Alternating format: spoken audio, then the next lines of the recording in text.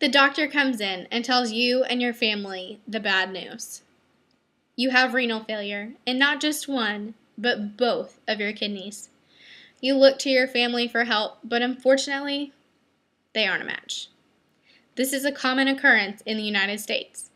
So much that every year 15,000 people die due to kidney failure. As a nation, we are facing a serious kidney shortage. The editorial Ways to Reduce Kidney Shortage lacks the extensiveness to true solutions to this problem. Rather, it takes on vague ideas of how to end the shortage with no true action being suggested and limited information about each solution. So, it states the number of kidneys available for transplants falls short of the need. Yes, this is true. We are unable to save everyone who is in need of a new kidney. But the editorial does not reference why we are having such a problem in the first place. Why do people's kidneys fail? According to the National Kidney Foundation, the main causes for kidney failure include diabetes, high blood pressure, and drugs or toxins in the system.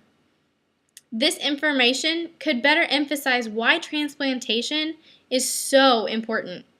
As referenced by the U.S. Department of Health and Human Services, treatment for kidney failure most often is dialysis, but it's not a cure. It's simply just a temporary solution. By stating this information, the reader could better understand the true need for organ donation. So, hundreds of kidneys taken from deceased donors that are suitable to transplant are discarded every year. The author furthers this claim by stating how many go to waste, which is roughly 1,500, and then states, the first step in easing the shortage is to end the current shameful waste of organs. Okay, great. But how?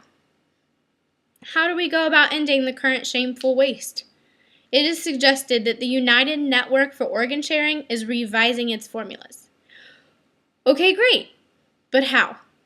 The article is missing vital information that leaves the readers guessing.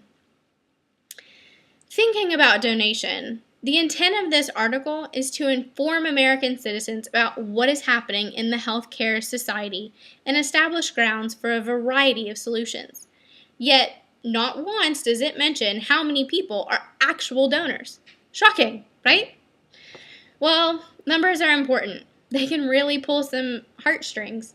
So, with 102,000 people in need of a kidney transplant and only 16,700 actually receiving one last year, the need is obvious, and this is recognized by the New York Times editorial board.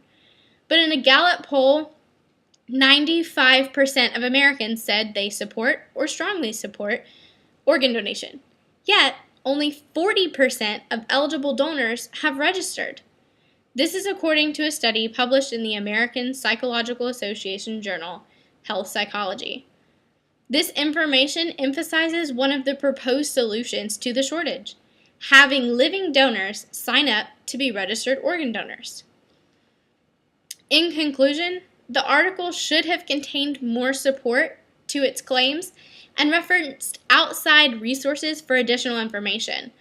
This would have provided the reader with a better understanding of what is happening and how to formulate an opinion on how transplantation laws should be changed. So imagine the changes you would want if it was you who needed a new kidney.